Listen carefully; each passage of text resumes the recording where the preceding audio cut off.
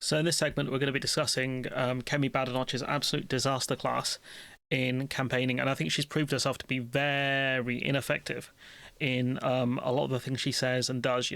Attacking civil servants, attacking maternity leave, etc. Like, I think what she's done is she's trying to pretend to be pro business and anti net zero and this and that, but the stuff she says is very stupid. I don't think she ever really graduated A-level politics. Well, that's what the impression I get is. So let's have a listen to this. It is not all civil servants. I don't want people to get me wrong. I think that civil servants are like everybody else. They come in to do a job, and I would say about 10% of them are absolutely magnificent. And the trick to being a good minister is to find the good ones quickly, bring them close, and try and get the bad ones out of your department as quickly as possible. There's about 5 to 10% of them who are very, very bad. Should be. So you got 10% of them who are good, 5 to 10% of whom are awful. So the other 80% are like mid. Then in prison bad. Leaking official secrets. That's crazy. Imagine, government ministers who leak official secrets. Should they be put in prison as well? Undermining their ministers, telling, agitating. I had some of it in my department, usually union-led. But most of them actually want to do a good job. And the good ones are very frustrated by the bad ones. I mean, leaking government secrets and whatever, and this, Goodall did the numbers on this. There are about 500,000 full-time civil servants. Even taking the 5% figure on this basis, that means former business secretary thinks around 25,000 civil servants should be in jail. Like, what? Civil servants also, should not be taking actions that would break the law, even under the directions of a government minister. We saw this in Northern Ireland when they tried to get rid of parts of the Northern Ireland Protocol, when they tried to send, when the Home Office tried to send people to Ascension Islands. Civil servants also don't want to be complicit in crimes. So, this undermining, this leaking, all of this kind of stuff, it's just embarrassing. Maybe don't come up with dumbass policies and people won't have to undermine you for it. Kemi Badenoch talks about how she plans to dismantle the Blair-Brown framework of ever-increasing social, economic and legal control. She will say that, we thought Blair and Brown were defeated in 2010. The truth is they never left. So you're telling me, right? You're telling me David Cameron, Theresa May, Boris Johnson, Rishi Sunak and Liz Truss were all part of the Blair-Brown consensus? Are you stupid? Like, genuinely, are you like, should you seek medical help here? Because what you're saying doesn't make sense. This is her attacking business regulations and maternity pay.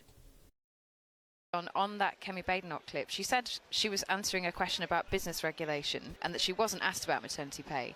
That's actually incorrect. It was a conversation entirely about childcare, about mothers and about income. And the question she was directly asked was, do you think we've got the right level of maternity pay at the moment? Right, and that is what seemed very clear to me, and I think probably to most people objectively listening to what went on. Start with Kemi Badenoch, the bookie's favourite to be party leader. She arguably really had to make up some lost ground after opening her mouth, arguably. Here it is, here. It's worth saying. To be maybe not. A bit too widely talking to you. She was on stage for an hour. How did she get on? Yeah, I've been in the hall for both of those sessions, actually. First was Tom Tugendhat, and then was Kemi Badenoch. Yeah, this night. Basically, she was on an interview panel with this lady here, and she was talking about how maternity pay is too high and things like that. And you're just like, what are you doing? Here she is talking about one of the blast furnaces closing. Port Talbot is closing under Labour. We had a solution, and they have gone in. They didn't. Brexit killed the steel industry. Like, they had no solution. There's proposed community notes on this one. It really should. Technically, it did close under Labour if you're arguing about a timeline. But this stuff doesn't close overnight. The process began under the Tory government when the 2 blast furnaces closed down on the 5th of July. The agreement to close the steelworks was made under that government. So this is complete malarkey from her. Complete malarkey. Badenoch says the reason she's more concerned about migration to the UK than her predecessors in government and politics were when she migrated to the UK from Nigeria is that mobile phones didn't exist back then. So back then, migration wasn't a problem because they didn't have Nokias. Like, this is genuinely deranged here. She's trying to come up with excuses why she was one of the good ones. Why, when she migrated, when her parents migrated, it wasn't such an issue. We saw Suella Braverman do a similar thing. Arguing, when we migrated, there were less numbers, there were less people coming here. Now there's way too many. And you're like, we get it. You're trying to say you're one of the good ones, or you're trying to put up the drawbridge behind you. the ladder behind you. But the thing is, you will never be one of the good ones to them. In the end, they will want to kick you out of this country, just like they want to kick out the rest of the minorities. She's also using the House of a Climate Denial group to attack net zero. Shocker there.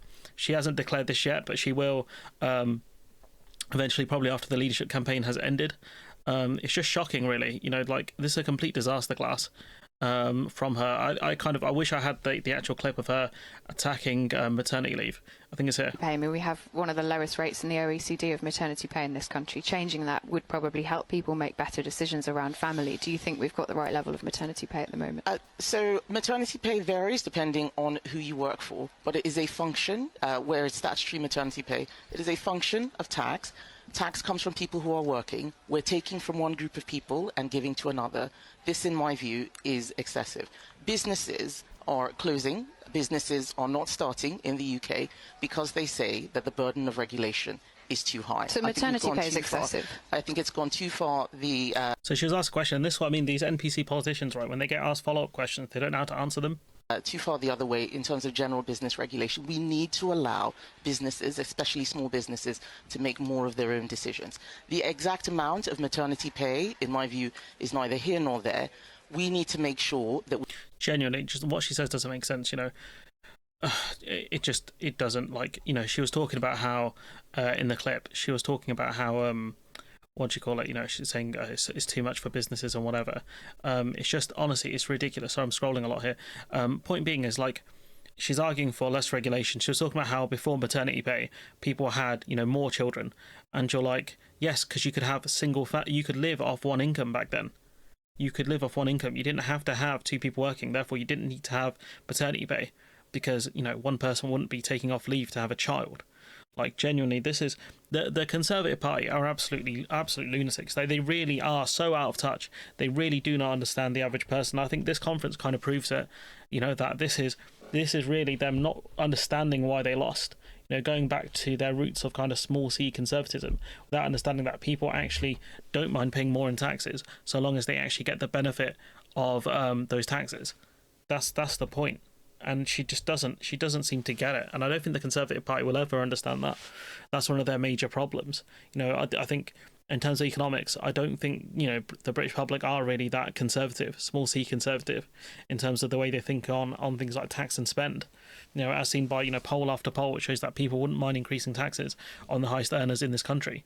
Who wouldn't mind having their own taxes increased if it meant that we got better social services. It's one of the things that the Conservatives really failed to understand by doing stupid national insurance cuts when they should have been putting that money back into services so that people could actually see a doctor, for example. But, this lot just don't get it, and they never will.